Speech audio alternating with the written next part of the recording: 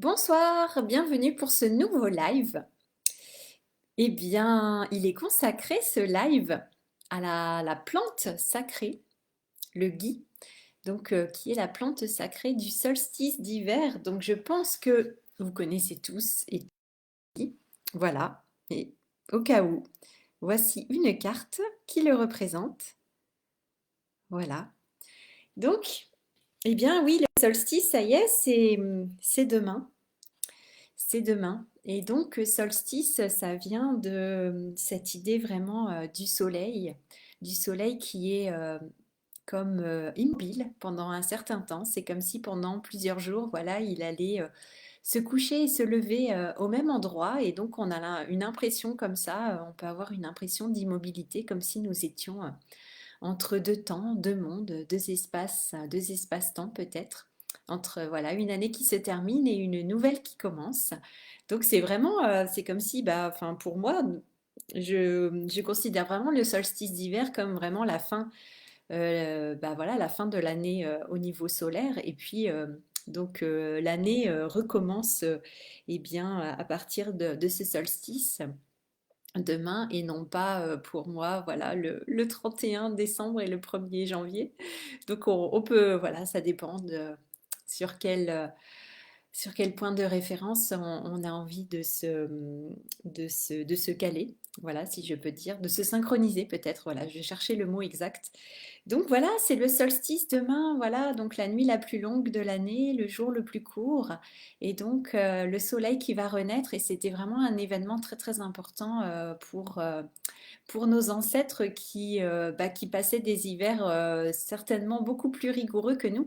Et il y avait cette peur, en fait, cette peur très humaine et très ancestrale que, eh bien, voyant les jours qui raccourcissaient de plus en plus, que peut-être le soleil n'allait pas revenir, que le soleil n'allait pas se lever et qu'il allait peut-être disparaître. Et donc, c'était un peu cette idée de, eh bien, oui, si le soleil disparaît, hein, c'est la fin de la vie sur Terre.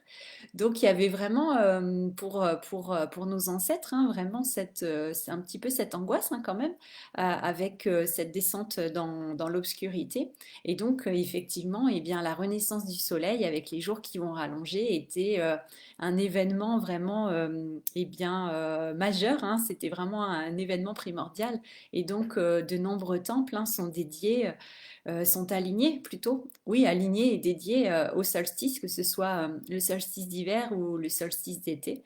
Et donc certains monuments sont, voilà, sont plutôt alignés sur le soleil levant ou plutôt sur le soleil couchant. Donc voilà, en tout cas, c'est vraiment cette célébration du soleil qui renaît.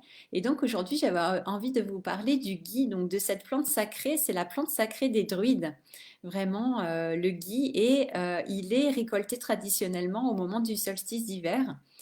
Et c'est vraiment une plante sacrée. Et surtout s'il est récolté sur un chêne qui est lui-même un arbre sacré pour les druides, et bien là c'est voilà, c'est encore plus puissant, encore plus magique, hein, si on peut dire. Les pouvoirs sont encore plus puissants si c'est effectivement du gui récolté sur un chêne qui est vraiment le roi des arbres aussi dans le druidisme en tout cas.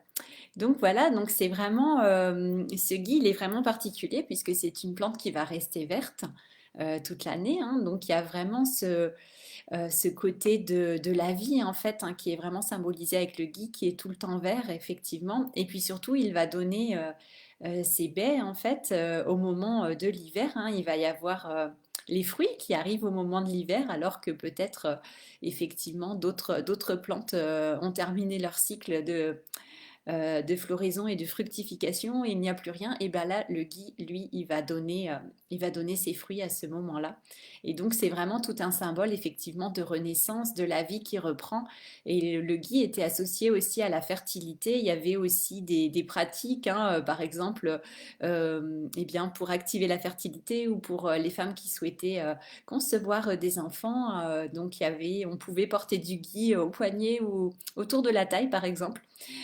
Donc il y a ça, et puis effectivement, c'est un symbole aussi de chance, hein, aussi, et puis d'amour, de protection, hein, aussi. Voilà, il y a cette tradition de s'embrasser sous le gui, n'est-ce pas?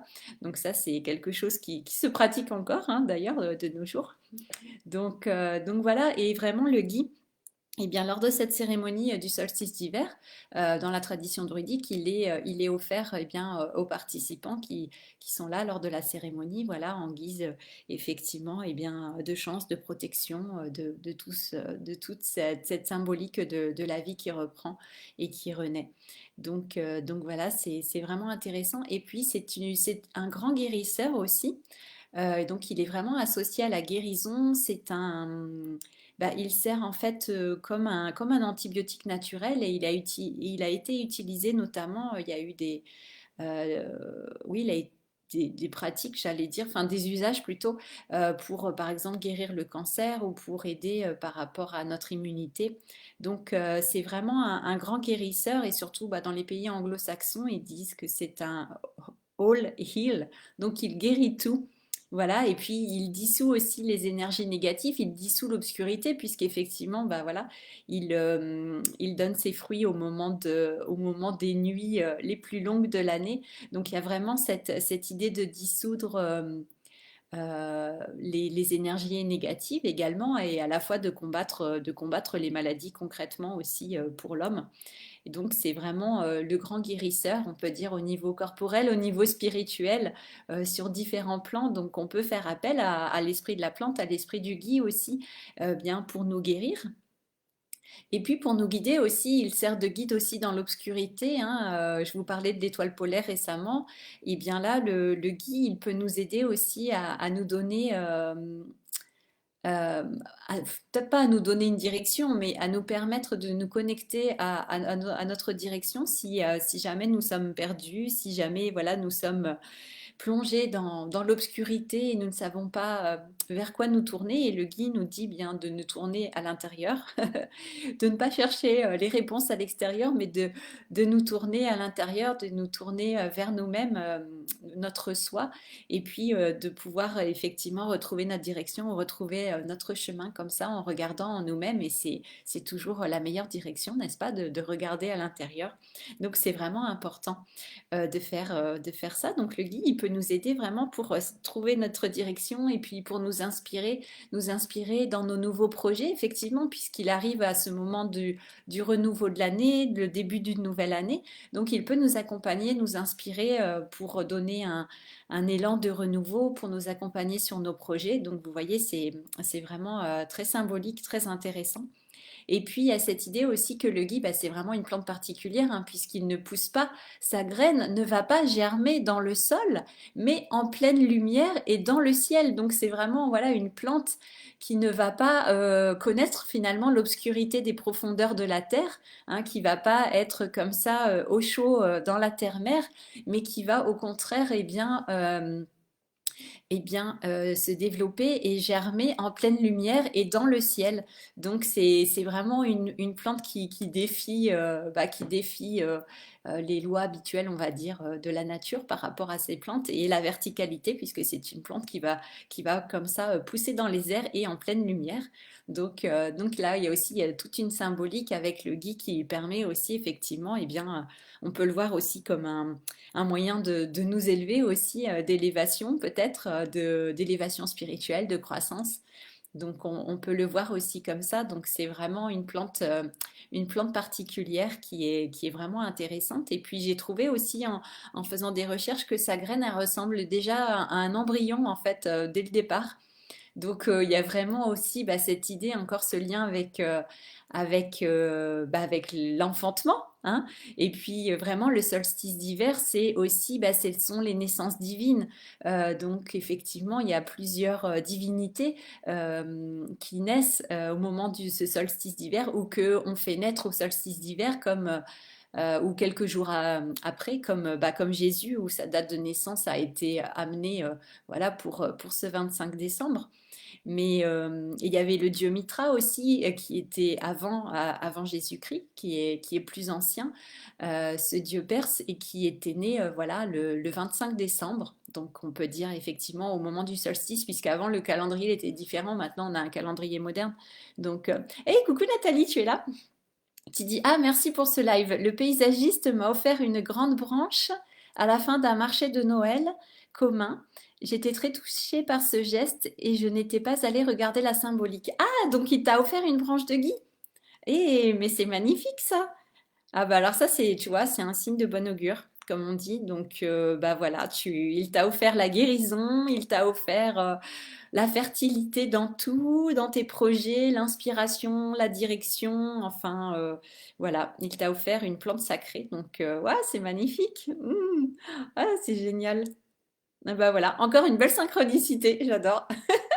Bah moi, figure-toi, je suis allée en forêt aujourd'hui. Et puis, alors j'ai vu du gui, mais il était super haut. Donc voilà, c'est ça le défi hein, avec le gui, c'est qu'en général, bah oui, il est sur les branches, ben, presque, ouais, les branches les plus élevées. Et ben ouais, c'est pas toujours facile d'aller le récolter. Moi, j'aimerais bien idéalement le récolter moi-même. L'année dernière, j'avais trouvé une branche au bord de la route qui était tombée, mais une grosse branche énorme. Mais un gros morceau, c'était assez impressionnant et je m'étais arrêtée comme ça. C'était une route voilà, où les voitures roulent assez vite, donc j'avais fait attention. J'avais trouvé un petit bout de chemin pour me garer et j'avais couru pour récupérer la branche et puis le gros morceau de gui et j'étais super contente. Et là, cette année, eh bien, je vois seulement du gui bien accroché dans les branches.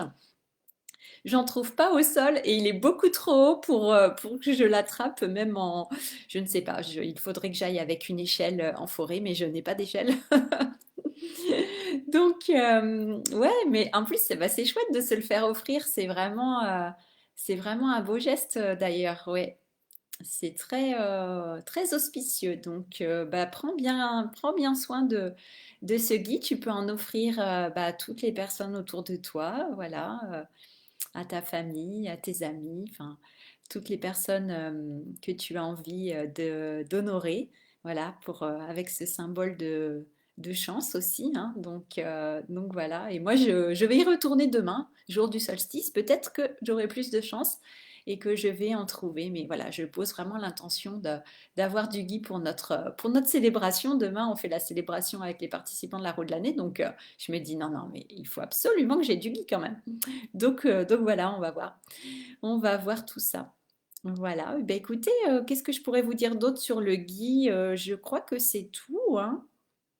Je n'ai pas d'autre chose. Et puis oui, il était récolté traditionnellement avec la serpe, évidemment. Batterie faible. Ouh, veuillez la recharger. J'ai mon enceinte qui se met en marche. Il était récolté, voilà, avec la serpe, hein, et comme ça coupé sur l'arbre directement pour être ensuite utilisé. Donc je vous invite, voilà, si vous n'êtes pas comme Nathalie et qu'on ne vous offre pas du gui, eh bien, je vous invite à aller en forêt pour en récolter. Je sais que des fois, ils en vendent aussi chez les fleuristes. Bon, c'est moins fun, mais au moins, ça permet d'en avoir. Donc voilà, c'est une option également pour avoir du gui. Voilà. Bon, bah écoutez, je vous embrasse bien fort. Je vous souhaite une belle soirée et puis surtout bien une belle célébration du solstice. Donc peut-être vous serez debout demain matin pour assister au premier rayon du soleil demain et au dernier rayon du soleil demain également. Et en tout cas, voilà, je vous souhaite un très beau solstice, un très beau passage. Et puis, je vous parlerai demain davantage peut-être de ces naissances divines. On va voir. On aura fait la célébration, donc j'aurai des choses à vous partager. Voilà, je vous embrasse. Je t'embrasse, Nathalie. Oui, merci. Belle soirée à toi aussi. Et puis, à demain. Voilà, ciao, ciao. Alors, voilà.